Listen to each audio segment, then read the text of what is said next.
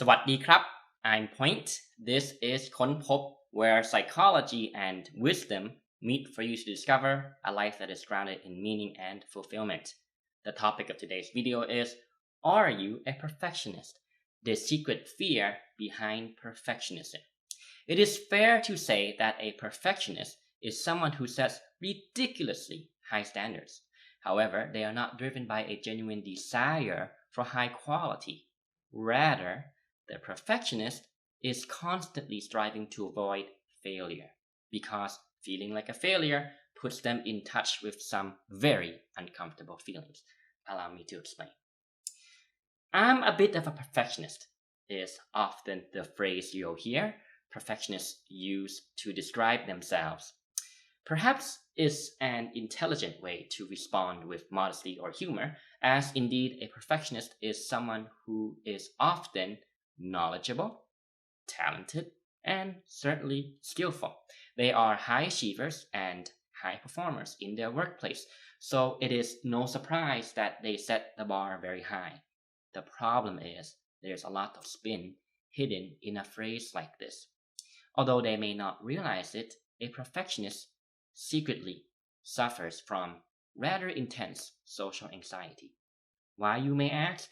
Because deep down, perfectionists believe that they are not good enough. Hence, they are continually fighting to get away from these unbearable feelings of unworthiness.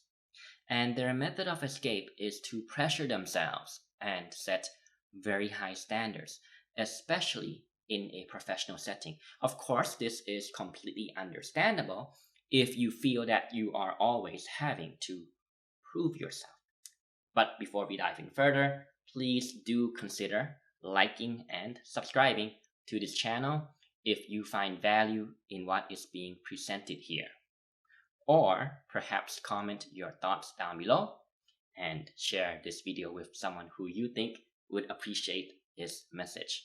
I'm very grateful for your support. Let's continue.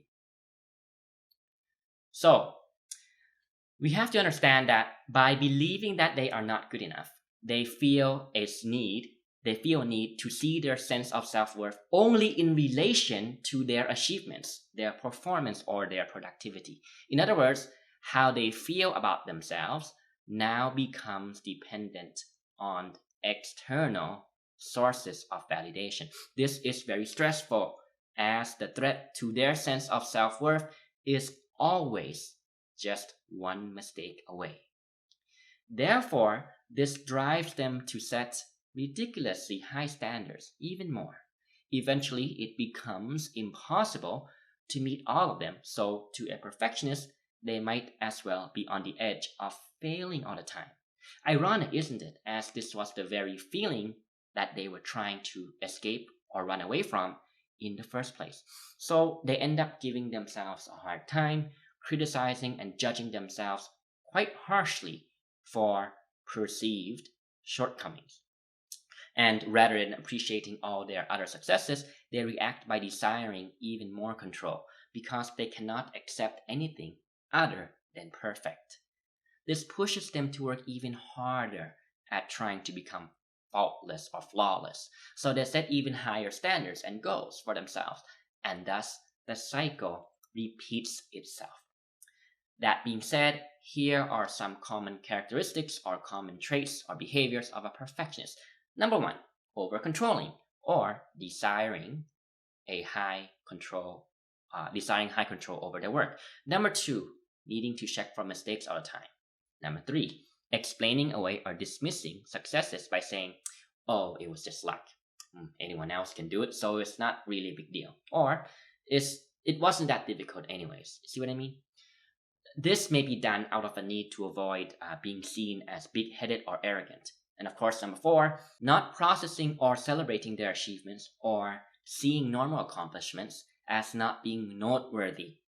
For example, saying to themselves, "I should have worked harder because the project should not have taken this long." Number five, being very quick to set new, higher goals and standards despite recent successes. Number six, having a difficult time appreciating themselves for their hard work and effort. And number seven, experiencing constant stress and anxiety because deep down they do not feel that they are good enough.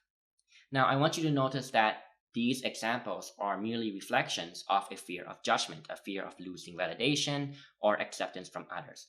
It is a fear of failure.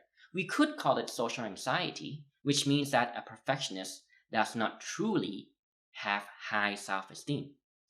The way they see themselves is often likely to be quite distorted for obvious reasons, as you can see. So, how do we solve this problem? Well, if you are a perfectionist, you want to begin by working on your social confidence and do it by really challenging and questioning what you believe about your self-worth and the way you have been viewing yourself in relation to your achievements or how others think of you, how others see you. Really begin to think about it. If you were genuinely loving yourself, if you genuinely accepted yourself and regarded yourself in a positive light, then why would you need to worry too much about others' opinions? Or why would you need to worry about making a mistake here and there? You see what I mean? So learn instead to look inside yourself to determine how you should think and feel about you, such as by focusing on and appreciating your efforts, your good intentions, your great work ethic, and above all else, that you are likely to be a good person, a good friend, a good mother or father or son or daughter. You see, if you really understood that, then why would you need to be over controlling in your work process? And why would you need to be in constant stress and anxiety all the time? See what I mean? Rather, you would be able to say to yourself, hang on a sec, what the hell is that? What the hell is that all about? What is perfect anyways? I'm obviously good enough. I can afford to drop the ball sometimes. So what if my boss or colleague criticizes me? It's not the end of the world. This is not to say that results are not important, but that you do not want to make it everything in life. And you certainly do not want to tie your sense of self-worth to it. Remember that a key element in perfectionism is a fear of being judged. So get creative and play a little game to prove to yourself that others' opinions of you don't really matter. Intentionally hand in your work a little later than usual. Or, for example, make a mistake here and there.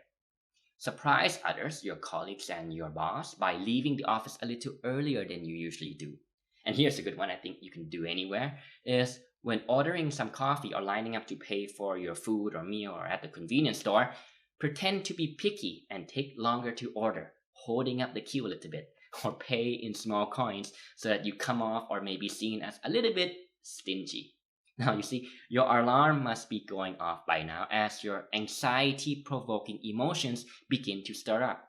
But the key is to feel into it, cope, tolerate, and realize that you are still okay. Did the road end? No. The point is, each time you challenge yourself like this, you are effectively building your social confidence and you are effectively teaching yourself to understand that other people's opinions of you don't truly matter. You are retraining yourself to know that your fears and your emotions don't have power over you. And that is how you work on towards overcoming perfectionism once and for all. What are your thoughts on today's video? Does it resonate with how your life experiences have been? Let me know what you think in the comments section. And if you made it this far, why not give the video a like, share, and subscribe to the channel. Thank you very much for your time. Thank you for watching to the end. I'll see you next time. สวัสดีครับ